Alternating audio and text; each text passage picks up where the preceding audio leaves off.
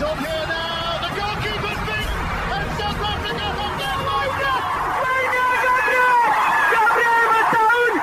Shagger Sport 2010. ሰላም ጤና ይስጥልን እንደምን አላችሁ የተከበራችሁና የተወደዳችሁ የሸገር ስፖርት ዊዝ አበበ ግደይ የዩቲዩብ ቻናል ቤተሰቦቻችን በያላችሁበት እጅግ አስደሳች ጊዜን እያሳለፋችሁ እንደሆነ ተስፋ እናደርጋለን። መልካሙን ሁሉም ለናንተ እንመኛለን። ታዲያ ይህንን ሸገር ስፖርት ዊዝ አበበ ግደይ የሚለውን የዩቲዩብ ቻናላችንን ሰብስክራይብ አድርጉት፣ የደውል ምልክቱን ተጫኑትና አዳዲስ ፕሮግራሞችን ስንለቅ መልእክት ይድረሳችሁ። ላይክ በማድረግ እንዲሁም ደግሞ ሊንኩን ለሌሎች በማጋራት በተከታዮች ቁጥር እንድንበዛ የምንሰራቸው ፕሮግራሞችም ብዙ ሰዎች ጋር እንዲደርስ የምታደርጉትን ጥረት አጠናክራችሁ ቀጥሉ እንላለን። እስካሁን ላደረጋችሁልን ድጋፍ፣ እገዛ እና እኛን ለማንቃት ለሄዳችሁት ርቀት በሙሉ ምስጋናችን ትልቅ ነው። በጣም እጅግ በጣም አድርገን እናመሰግናለን። ትላንት በአውሮፓ የዩኤፋ ኔሽንስ ሊግ ውድድር የግማሽ ፍጻሜ ጨዋታ ተደርጎ ነበር በጀርመንና በፖርቹጋል መካከል። ፖርቹጋል 2-1 አሸንፋ ወደ ፍጻሜ ማለፏን አረጋግጣለች። ክርስቲያኖ ሮናልዶ አሁንም ጎል እያገባ ነው እና የክርስቲያኖ ሮናልዶ ሀገር ፖርቹጋል ዛሬ በሚደረገው ጨዋታ የሚያሸንፈውን ወይ ፈረንሳይን ወይም ደግሞ ስፔንን በዋንጫው ጨዋታ ይገጥማሉ ማለት ነው። ልክ ነው። ስፔን ከፈረንሳይ ጋር ሲጫወቱ ደግሞ በጣም ትኩረት የሳበው ላሚን ያማል ከዶዌ ጋር ነው። ዱዌ በአውሮፓ ቻምፒዮንስ ሊግ ኢንተር ሚላንን ፓሪስ ሳን ዠርማን ሲያሸንፈው 5-0 በሆነ ውጤት ሲረታና በታሪኩ ለመጀመሪያ ጊዜ የቻምፒዮንስ ሊጉን ዋንጫ ፒኤስጂ ሲያሸንፍ ትልቅ አገልግሎት ነበር። 2 ጎል አስቆጥሯል፣ ለጎል የሚሆን ኳስም ሰጥቷል፣ ደምቋል ሚዩኒክ ላይ። ላሚን ያማልም እንደዚሁ ለስፔን ብሔራዊ ቡድን የአውሮፓ ዋንጫን ማሸነፍ ትልቅ አስተዋጽኦ ያደረገ ነው። በነገራችን ላይ ላሚን ያማልን መውደድ የጀመርነው አሁንም በሚገርም አጋጣሚ ሚዩኒክ ላይ ነው። ሁለቱም ላውንች ያደረጉት አቅማቸውን ሚዩኒክ ላይ ነው ማለት ይቻላል። ልክ ነው።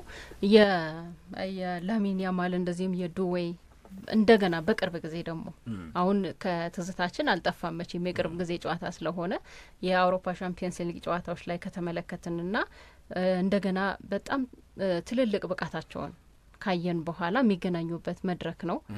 ስለዚህ የትላንትናው የፖርቹጋል ማሸነፍን ተከትሎ ነው እንግዲህ የስፔን ወይንም ደግሞ የፈረንሳይ አሸናፊ የዋንጫ ተፋላሚ የሚሆነው ከፖርቹጋል ጋር። በነገራችን ላይ ትላንትና ክርስቲያኖ ሮናልዶን ለማብሸቅ የጀርመን ደጋፊዎች ሜሲ ሜሲ ሲሉ ነበረ። የተለመደ ነው። እሱ ግን በቃ የአድናቆት እና የእውቅና የመስጠት ማጨብጨብ አድርጓል ሜዳ ላይ። ይሄ አንድ ትናንት ከነበሩት ክስተቶች መካከል ሲጠቀስ የነበረ ነው። ከዛ ውጭ ግን አንተ እንዳልከው የዛሬው ጨዋታ በጣም ትልቅ ትኩረት ስቧል።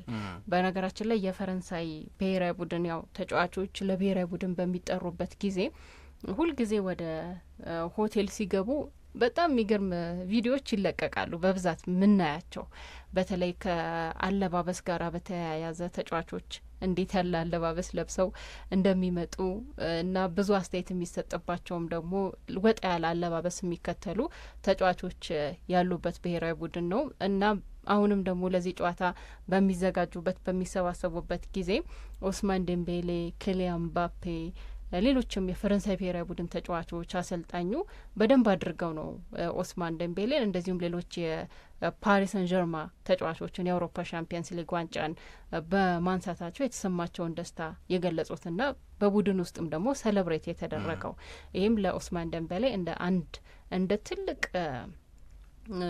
እውቅና መስጠት ተደርጎ ሊወሰድ ይገባል ተብሎ አስተያየት የተሰጠበት ነው።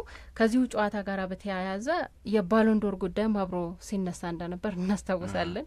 አንተ ነበርክ እንደውም ፓሪስ ሰን ዠርማ የአውሮፓ ቻምፒየንስ ሊግ ዋንጫን የሚያሸንፍ ከሆነ ኦስማን ዴምቤሌ የባሎንዶር አሸናፊ እንደሚሆን ገምታለሁ ወይም ይሆናል የሚል አስተያየት ስትሰጥ የነበረው እና ፓሪስ ሰን ዠርማ አሸንፏል። ያሸነፈበት መንገድ እንደዚሁ በዚህ ውድድር ላይ ደግሞ ኦስማን ዴምቤሌ ያሳየው ብቃት ለቡድኑ እዚህ መድረስ ላይ የነበረው የእሱ የግል አስተዋጽኦ በጣም ከፍተኛ እንደነበረ ስንከታተል ቆይተናል።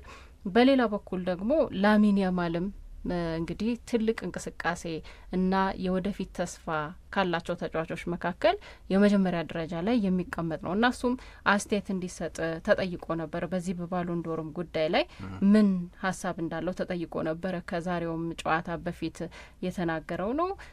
እሱ እንደሚናገረው ከሆነ ከፒኤስጂ ተጫዋቾች መካከል ጥራ ምትሉኝ ከሆነ ኦስማን ደምቤሌ ልል እችላለሁ ብሎ እሱም አስተያየቱን እንደዚሁ የሰጠበት እንደነበረ ነው እና ግን ሰዎች ስለ ባሎን ዶር ያላቸው አመለካከትና አተያይ የተሳሳተ ይመስለኛል ብሎ ነው እሱ የተናገረው።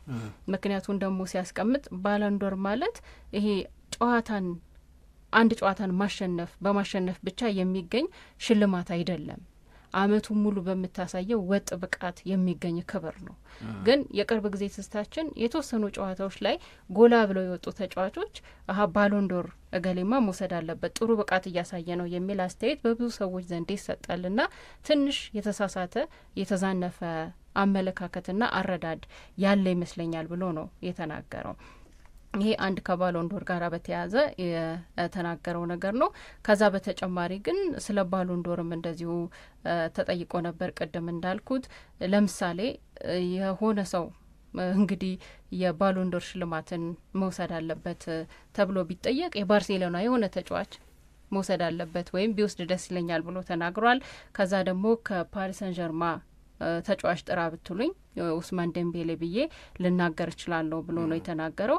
ከዛ ከሪያል ማድሪድ ደግሞ ጥራ ምትሉኝ ከሆነ ክሊያን ምባፔ እንደዚሁ የባሎን ዶር ሽልማትን መውሰድ አለበት ብዬ ነው ማስበው ብሎ ተናግሯል። እና ግን አሁን በዚህ ወቅት ላይ ስለ ባሎን ዶር ስለ ግል ሽልማት በፍጹም የማስብበት ጊዜ አይደለም፣ ይህንን እያሰብኩኝ አይደለም ብሎ ነው ስለ ራሱ እና ስለ ባሎን ዶር ሽልማትም ደግሞ አስተያየት የሰጠው።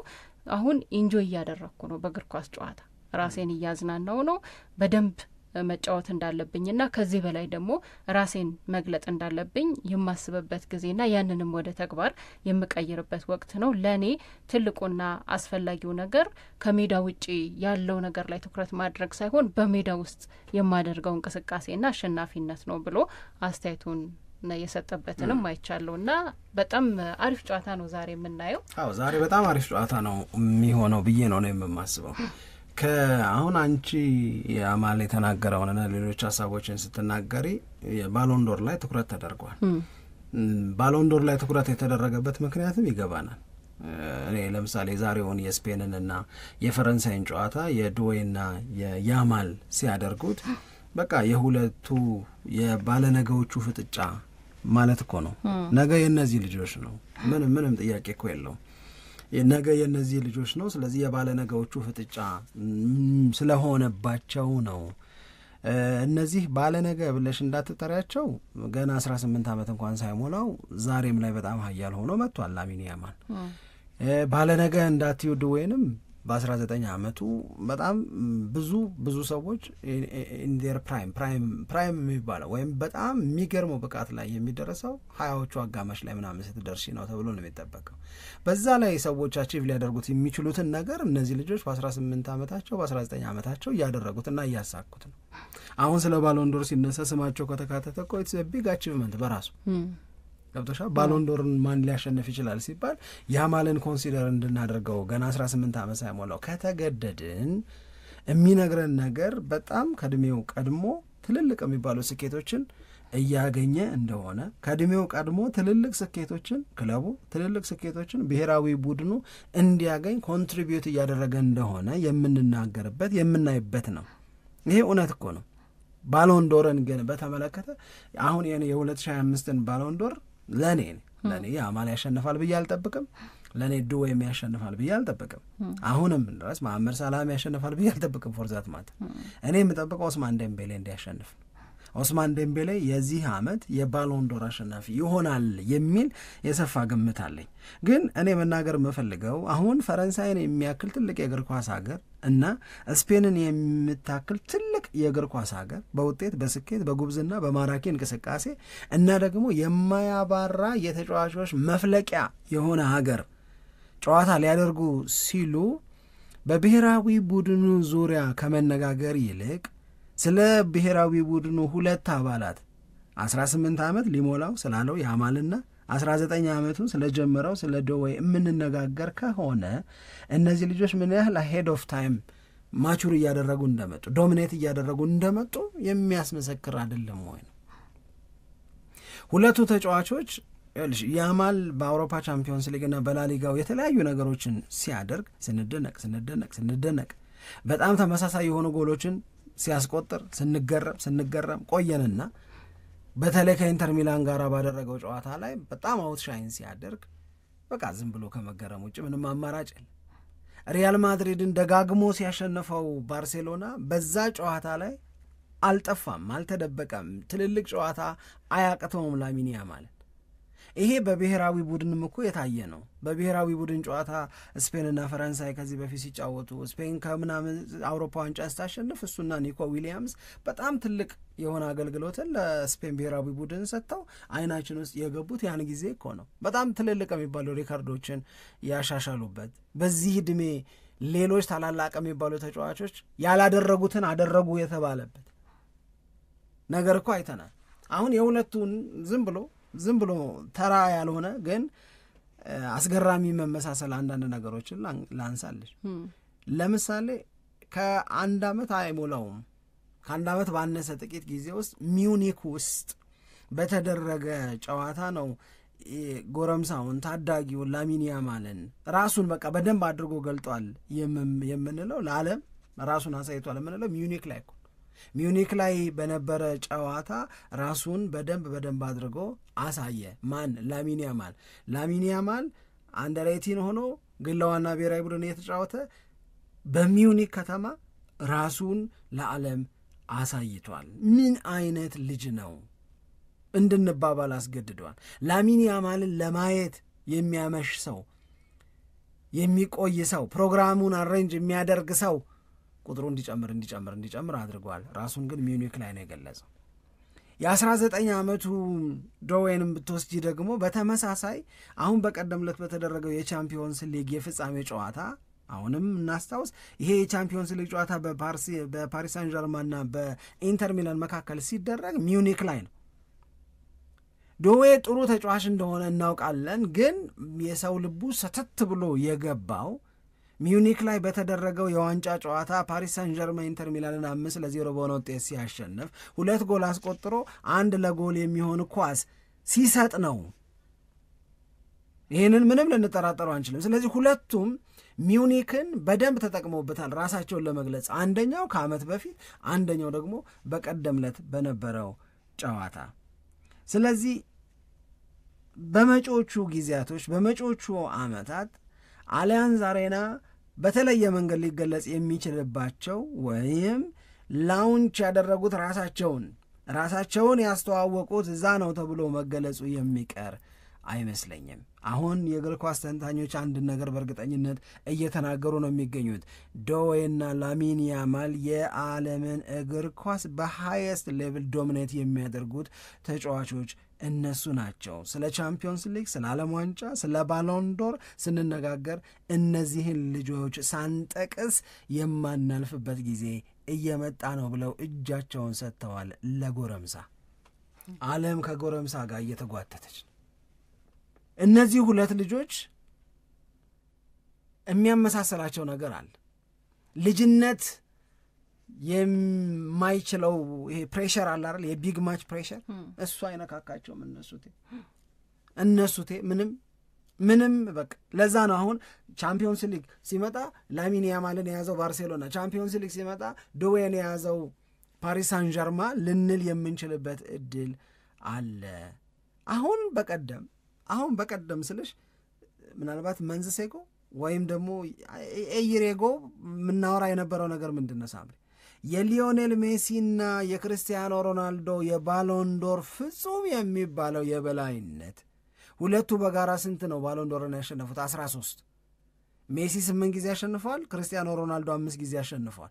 13 ጊዜ ባሎንዶርን ምናምን ካሸነፉና እነሱ እየጨረሱ ሲመጡ የነገው መድረክ ተረካቢዎች ብለን ስናነሳ የነበረው ኤርሊንግ ሃላንድንና ኪሊያን ምባፔን እኮ ነው። ኪሊያን ምባፔና ኤርሊንግ ሃላንድ ባለነገዎች ናቸው፣ አልጋ ወራሾች ናቸው። የማያባራ የበላይነትን ይዘው እናያቸዋለን። ነጋ ጠባ ስለነሱ ለመነጋገር እንገደዳለን። ክርስቲያኖ ሮናልዶና ሜሲ መካከል የነበረውን ፉክክር በሁለቱ ሲቀጥል ልናየው እንችላለን ምናምን ነበረ እኮ ወሬው የዓለም። አሁን ላሚን ያማልና ደወይን ካየን በኋላ ኪሊያን ምባፔ ሽማግሌ መሰለን ስለሆነ ትልቅ ሰው የምናወራ መሰለ። ሃላንድ ስለሆነ ያለፈበት ሰው የምናወራ መሰለ። አሁን ዓለም አይኑን አያሽም። እንደ ዓለም ወረተኛ እኮ የለ።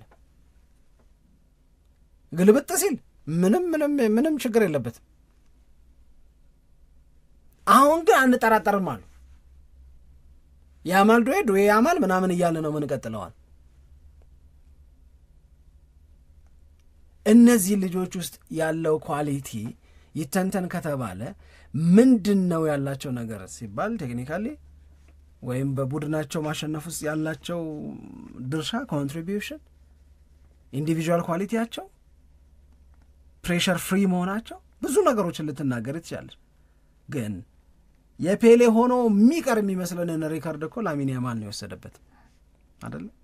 የፔሌ ብቻ ይሆናል ብለን የምንለውን ሪካርድ ፔሌን ከሪካርድ ቡክ ውስጥ የፋቀው እኮ ላሚን ያማል ነው። ምክንያቱም ላሚን ያማል በፈረንሳይና በስፔን ብሔራዊ ቡድኖች መካከል በዩሮ 2024 በተደረገ የግማሽ ፍጻሜ ጨዋታ ላይ በጣም የሚገርም ጎል ሲያስቆጥር ዕድሜው 16 ነበረ። ሳብ የሚገርም ጎል ሲያስቆጥር በ16 ዓመቱ ስፔንን ለሚያክል ብሔራዊ ቡድን መደበኛ የመጫወት እድል ሲያገኝ ገና መጠርጠር ነበረብን። ለነገሩኛ አቦ ሰምኖ ሲጣጣሉ ያየ ነው ሮክ ፔፐር ሲዘሻት ነው ሲያደርጉ የነበረው ከኒኮ ዊሊያምስ ጋር ምናምን በቃ ልጅነት የሚታይበት ጉብዝና የነበረበት ጊዜ። ያኔ እሱ በብሔራዊ ቡድን ሜጀር ቶርናመንት ላይ በእድሜ ትንሽ ሆኖ ጎል ያስቆጠረው ተጫዋች ተብሎ ተመዘገበ። ከዛ በፊት ፔሌ የነበረው ፔሌን አስወጥቶ ያችን ሪካርድ በራሱ ስም እንድትመዘገብ አደረገ ማለት ነው። ዶዌም ደግሞ በፓሪስ ሳን ጀርማን በጣም አስገራሚ 5-0 ድል በቻምፒዮንስ ሊጉ ላይ ያደረገው እንቅስቃሴ በጣም የሚገርም ነው። ምናልባትም the youngest player the first teenager ማለት ነው በአውሮፓ ቻምፒዮንስ ሊግ ዋንጫ ጨዋታ ላይ 2 ጎል ሲያስቆጥር እሱ ከዚህ በፊት የነበሩትን ተጫዋቾች በሙሉ ወደ ጎን ያደረገ የራሱን ታሪክ በዛ መንገድ የያዘ ነው። እነዚህ ቦታዎች የነማን ነበሩ? የነ ኢዞቢዮ ነበሩ። ቤኔፊካ 5-3 በሆነው ውጤት ሪያል ማድሪድን ሲያሸንፍ በ1962 ኢዞቢዮ 2 ጎል አስቆጥሮ በእድሜ ትንሹ በቻምፒዮንስ ሊግ ጨዋታ ላይ 2 ጎል ያገባ ተብሎ ነበር። አሁን ዶዌ ወሰደው ኢንተር ሚላን ላይ 2 አግብቶ አሲስትም አድርጎ አሲስት በማድረግም ደግሞ እንደዚሁ ዘ ያንገስት ፕሌየር ነው። እዛም ላይ በጣም የሚገርም ታሪክ የሰራበት ማለት ነው። ለአክራፍ ሀኪሚ የመጀመሪያውን ጎል አሲስት ያደረገው ዶዌ ስለሆነ ማለት ነው። እና እነዚህ ነገሮች ከግምቱ ስታስገቢ ከባድ ነው። ያኔ ታዲያ አክራፍ ሀኪሚ ጎል አገባ፣ እሱም ጎል አገባ ምናምንና ዶዌ ሲሆን ላሚን ያማል የምትሉ እስኪ ይው የዶዌ ጫፍ ላይ ይደርሳሉ። በቃ ምን ቀጥል ይመስለኛል። እኔ ሮናልዶን የሚወድ ሜሲን እንደጠላ፣ ሜሲን የሚወድ ሮናልዶን እንደተጸየፈ አርሌ ኖር ነው በአብዛኛው። አሁን ያማልን የወደደ ለዶዌ ጥሩ አመለካከት አይኖረውም። የዶዌ ወዳጆች ደግሞ ያማልን ያንጣጣሉ። ያን አይነት ተቀናቃኝነት ይኖራል ብለህ ነው የምትገምተው? ግን የሚገርም መመካት ነው ያየሁት እኔ ማለት ይቀጥላሉ። አይ አንተ ብቻ ሳትሆን ቅድምም ስትናገር እርግጠኞች ሆነው ተንታኞቹ የሚናገሩት ነገር የታየው ብቃትና እንደዚሁም ደግሞ ያላቸው ችሎታ በጣም ትልቅ እንደሆነ እናውቃለን። ግን ወደ ኋላ ሊጎትታቸው ይችላል ብለን በተደጋጋሚ ጊዜ የምንናገረው ይሄ ላይፍ ስታይል የሚባለው ነገር ነው። ካልያዛቸው ብለን ጉዳት ከሌለ እነዚህ 2 ነገሮች ከሌሉ ተጫዋቾቹ በብቃት ደረጃ ምንም የምንጠራጠርበት ነገር የለም። የተመለከትነው ነገር እያደገ የበለጠ የመጣ ነው። በሁለቱም አሁን በያማልም በዱዌም በኩል ስንመለከት በጣም እኮ ያደገ ነገር ነው የምንመለከተው እና ከእድሜያቸው በላይ የሆነ ነገር ነው የሚሰጡት። ስለዚህ ደግሞ በክለብም በብሔራዊ ቡድን ደረጃም ስታይ ይሄ የማይመቻቸው ነገር ነው።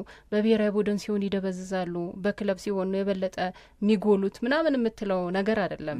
ላሚን ያማል ከስፔን ብሔራዊ ቡድን ጋራ ምን እንዳደረገ የምናስታውሰው ነው። ከባርሴሎና ጋራም እንደዛው። ስለዚህ እውቀታቸውን ወይንም ደግሞ ችሎታቸውን አንጠራጠርም ግን ይሄ የተፈጠረው መመካት ግን ገርሞኛል እንዲህ አይነት መመካት በክሊያን ምባፔና በሃላንድ ላይ አልነበረም እንደዚህ አይነት መመካት አላየውም እነሱ የሁለቱ በቃ ምትክል ሊሆኑ ይችላሉ ተብሎ አስተያየት ተሰጥቶ ነበር ግን በዚህ ልክ በእርግጠኝነት የታጀበ አስተያየት ግን አልነበረም አንተ የገልጠይሽ ከሜሲና ሮናልዶ ንጽጽር ውስጥሽ ትንሽ ወደ ማን ዘንበል ያረጋል ለሁለቱም አድናቆት እንዳለሽ ሁለቱም መከበር አለባቸው የሚል አመለካከት እንዳለሽ አንዱን ለማንቆለጳጰስ አንዱን ማጣጣል ልክ አይደለም ብለሽ እንደምታምኚ አውቃለሁ ግን ውስጥሽ መጠነኛ የ2% ሚሆን የ5% ዝንባሌ ወደ ማን አለሽ ምን ያገናኛል ከዱዌና ከያማል ጋር አረ ለክርስቲያኖ ሮናልዶ ኦኬ በተመሳሳይ አሁን የያማልና የዱዌ እንትን ቢቀጥል ፉክክር ይሄ ዶሚኔት ለማድረግ እንግዲህ ዛሬ ነው ለመጀመሪያ ጊዜ ሁለቱ የሚገናኙት እሺ በቃ ከዛሬ ጀምሮ የሚጀምሩት ነው ተብሎ ነው ዓለም እየተነጋገረበት ያለው ዛሬ ይጀምራል በቃ ይሄ የበላይ ለመሆን ማንነትን ለማሳየት ወሳኝ ሆኖ ለመውጣት ዛሬ ሀ ብለው ይጀምራሉ የመጀመሪያ ግንኙነታቸው ነው የሚሆነው ዛሬ በተቃራኒ ቡድን ውስጥ ፍጥጫው የሚጀምረው ዛሬ ነው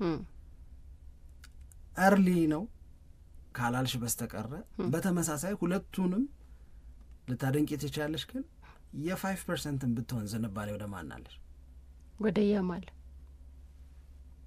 ከሱ ነው መጠየቅ የፈለኩት እሺ ለማንኛውም እኔንም ጠይቂኝ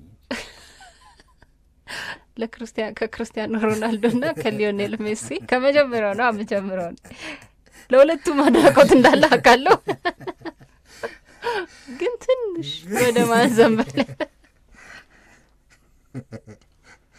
እንዴት ከፉነሽ አይደል እንዴ አንዴ ጠየቀኝ ወዴት አይ በቃ ያለስልሽ ከምር ጠይቂኝ ብዬ ዝም ብዬ አልለውም እንዴ እሺ ከያማልና ከዱዌ እኔ ለያማል ነው ውስጥ የሚያዘነብለው ምንም እንትን የለውም እኔ አላቀማማም በዚህ ብዙ ነገሮች ስቦኛል የያማል ምንም እንትን የለውም ያማል ሞር እንትን ይለኛል ከሜሲና ከክርስቲያኖ ሮናልዶ ሜሲ ነው ክርስቲያኖ ሮናልዶ ነው ያልሽው አንቺ ትንሽ ዘንበል የሚለው ውስጥሽ ስላልከኝ ትንሽ ዘንበል ይላል ወደ ክርስቲያኖ ሮናልዶ ምክንያቶች አሉሽ ምንድነው ቁንጅናው ምናምን አይደለም ይሄ ሰዋዊ ነገር ትንሽ አታችመንቱ ደስ ይለኛል እንዴት ሰው ማለት ስሜቱን ታያዋለህ ሲያለቅስ አያዋለሁ ክርስቲያኖ ሮናልዶ ይሄንንም ያክል በጣም ጀግና ሰው ሆኖ አንደኛ ይሄ በጣም ይገርመኛል ሲያለቅስ ሲያዝን በቃ እንደ ሰው ሲኖር ስሜቱን አያዋለሁ ይሄ ደስ ይለኛል በቃ ይሄ አታችመንት ይፈጥራል ከዛ በተጨማሪ ደግሞ ይሄ ስኬትን የማይጠግበው ነገር ይስበኛል ያው ጠንካራ ሰራተኛ ሜሲም እኮ የሚጠቀስ ነው ግን ጠንካራ ሰራተኛ ሰዋዊ ኤሌመንት የለውም እንዴ እኔ ሜሲ ሁማን ኤሌመንቱ እንደዛ ሮቦቲክ ነገር ነው እንደዛ ብዙ ጭምት ነው በዚህ እኮ ነው የሚታወቀው ሊዮኔል ሜሲ እንደውም በፊት ቆይቷል ከሰማሁት የሆነ ማስታወቂያ ለመቅረጽ 1-4 ሰዓት አካባቢ ቁጭ ብለው ሊዮኔል ሜሲ አንድ ቃል እንኳን አልተናገረም ተብሎ ቆይቷል ከሰማሁትና ሁሌ ይገርመኛል አይምሮዬ ላይ የሚመጣ ነገር ነው እና በጣም ጭምት ነው በሱ ደረጃ ያለ ሰው ሊያሳይ የሚችለው መነጫነጭና አሮጋንስ የለም አይ ጭምት ነው አሁን ይሄ ስለዚህ ጭምት አትወጂ አይደለም እንደዛ ለማለት ፈልጌ አይደለም አሁን በዚህ ነው ማቶጂ ጭምቱ እንደዛ አይደለም እኔ አሁን ይሄ ስሜቱን የሚገልጽ ሰው አይደለም እኔ ስረዳው ነው እንግዲህ እኔ ሜዳ ላይ ምናምን የምናየው ነገር እንደዛ ብዙ ስሜቱን በመግለጽ የሚታወቅ አይደለም በቃ ሜዳ ላይ ስራውን ነው የሚሰራው ግን ያኛው የሰው የሂውማን ኤሌመንት ደግሞ ሰዎች የበለጠ እንዲሳቡ የሚያደርግ ይመስለኛል በእኔ አተያይ እኔ አሁን እዚህ ውስጥ ሂውማን ኤሌመንቱን አልከተትኩትም ነበር እኔ በሜዳ ላይና ሜዳ ላይ በሚያሳዩት ነገር ማን ይበልጥ ያዝናናል በሚል ነው ሂውማን ኤሌመንቱ የክርስቲያኖ ሮናልዶ በጣም ብዙ የሚስቡ ነገሮች አሉት ግን ባልተናነሰ የሊዮኔል ሜሲም በጣም ብዙ ነገሮች ይስቡኛል ዝምታ ውስጥ ያለ መጎዳትን ሲጎዳ አይቼው አውቃለሁ። ሊዮኔል ሜሲ ዝምታ ውስጥ ያለ መጎዳት ከአርጀንቲና ብሔራዊ ቡድን ጋር ምንም አላሳካህም ተብሎ አርጀንቲና ብሔራዊ ቡድን ጥሎ ሲወጣ በቃኝ የብሔራዊ ቡድን ጉዳይ ሲል ደግሞ ተመልሶ ሲመጣ የአርጀንቲና ብሔራዊ ቡድን መጨረሻ ላይ ካታር ላይ በ2022 የዓለም ዋንጫን ሲያሸንፍ ምናምን ያየሽበት ስሜት ይሄ ታምቆ የቆየው እኮ ሲገለጥ ነው። ታምቆ የቆየው ቁጭት ሲወጣ በቃ ኢራፕት ሲያደርግ እኮ ነው ያየ ነው እኮ ገባሽ። በተለያየ መንገድ ስሜቶቻቸውን ሪፍሌክት የሚያደርጉ ሰዎች አሉ። ለምሳሌ ክርስቲያኖ ሮናልዶ አገሩ የአውሮፓ ዋንጫን ስታሸንፍ አይተሹ ከሆነ ተጎድቷል፣ ሜዳ ላይ ሲያለቅስ ነበረ። ከዛ ተጎድቶ ደግሞ ቴክኒካል ኤሪያው ጋር ሆኖ ከአሰልጣኙ ጎን ቆሞ ሞቲቬት ምናምን ሲያደርግ ነበር፣ ምን ያህል ያንን ውድድር ማሸነፍ እንደሚፈልግ እስክናውቅ ድረስ። ከዛ በኋላ ለምባ ቅርብ ነው አልቅሶ ደስታውን ሲገልጽ። እኔ እንዳልኩሽ በቃ ጀግና ሰው ሲያለቅስ ዝም ብሎ የሚያሳዝነን ነገር ምናምን አለ። እኔ ግን ሜዳ ላይ ባለው ነገር ነበረ የኔ ሀሳብ ያለው። ሰዋዊ ነገር ግን ሁለቱም ያጣሉ ብዬ አላስብም። እውነት ለመናገር የክርስቲያኖ ሮናልዶ ከአባቱ ጋር ያለው በኢንተርቪው ወቅት ላይ የሚናገራቸው ነገሮች የአባቱን የሆነ የአስክሬን በእንትን አድርጎ እኮ አስቀምጦ ስቲል አወራዋለሁ ይላል እኮ ይላል። እንደገና ልጁም ልጁንም እንደዛ አረጋለሁ ይላል። ራሱን በዛ መንገድ በደንብ ወደ ዓለም አቅርበዋል ክርስቲያኖ ሮናልዶ። ከእናቱ ጋር ያለው ነገር ብዙ ነገሮችን ልትናገር ይቻላል፣ ሰዋዊ የሆነውን ነገር ስትይ። ወራስ ወደ ሊዮኔል ሜሲ ስትሄጂ ደግሞ የሊዮኔል ሜሲ ሎያሊቲ ደግሞ ይገዛኛል ብዬ አምናለሁ። ያገባት ልጅ ጋር የነበራቸው ግንኙነት፣ በግንኙነታቸው ውስጥ የሄዱበት ርቀት ምናምን እያለች ስትሄጂ ከክርስቲያኖ ሮናልዶ በተለየ መንገድ ደግሞ የራሱ የሆነ የስኬት የጉብዝና ነገር አለ እና እንደዚህ እያልን እንሄዳለን። ግን ሰዋዊው ነገር ላይ ያለን ነገር ሊሚትድ ስለሆነ ሜዳ ላይ ባለው ነገር ግን እኔ ወደ ሊዮኔል ሜሲ በደንብ ነው ማደለው። በትንሹ አይደለም፣ በደንብ ነው ማደለው። ምንድን ነው መሰለሽ ምን ያዝናናሃል ብባል ሜሲ የሚያደርገው ነገር የበለጠ ያዝናናኛል እንደማለት ነው። አዎ ጥያቄው አሁን ያንተ የጠየቀኝ ጥያቄ ልክ ነው። ሊዮኔል ሜሲም ክርስቲያኖ ሮናልዶ ምንም እኔ ጭራሽ ምርጫ ውስጥ መገባት አለበት ብዬ ራሱ አላምንም። ግን ትንሽ ውስጥሽ ወዴት ዘንበል ያደርጋል ለሚለ ጥያቄ ስለሆነ ውስጤ ትንሽ ዘንበል እንዲል የሚያደርጉ ምክንያቶች አሉ እና ያንን ነው ለማስቀመጥ የሞከርኩት። እሺ ለማንኛውም የዱዌይንና የላሚን ያማልን ፍክክር ነው ዛሬ ምናየው። 4 ሰዓት ላይ የሚደረግ ጨዋታ ነው። በዚህ ደግሞ ወደ ያማል ዘንበል በጣም አሪፍ ጨዋታ እንደሚሆን ጥርጥር የለንም። ሁለቱም ኮንሲደር ያደርጉታል፣ በደንብ ያደርጉታል። አይናችን እነሱ ላይ እንደሚያርፍ ስለነሱ የሚባለውን ነገር ይሰማሉ፣ የሆነ ነገር ማድረግ ማሳየት ይፈልጋሉ። እንግዲህ ማን የተሻለ ራሱን በደንብ አድርጎ ያሳያል የሚለውን አብረን እንጠብቃለን ማለት ነው። ግን በጣም ትልቅ ጨዋታ ነው እንዳልፋችሁ 4 ሰዓት ላይ ነው። በጣም አሪፍ ጨዋታ ታያላችሁ ለማለት ነው። አብራችሁን ስለነበራችሁ እጅግ በጣም አድርገን እናመሰግናለን። ታዲያ ይህንን ሸገር ስፖርት ዊዝ አበበ ግደይ የሚለውን የእኛን የዩቲዩብ ቻናል ሰብስክራይብ ማድረግ፣ ሊንኩን ለሌሎች ማጋራት እንዳትረሱ።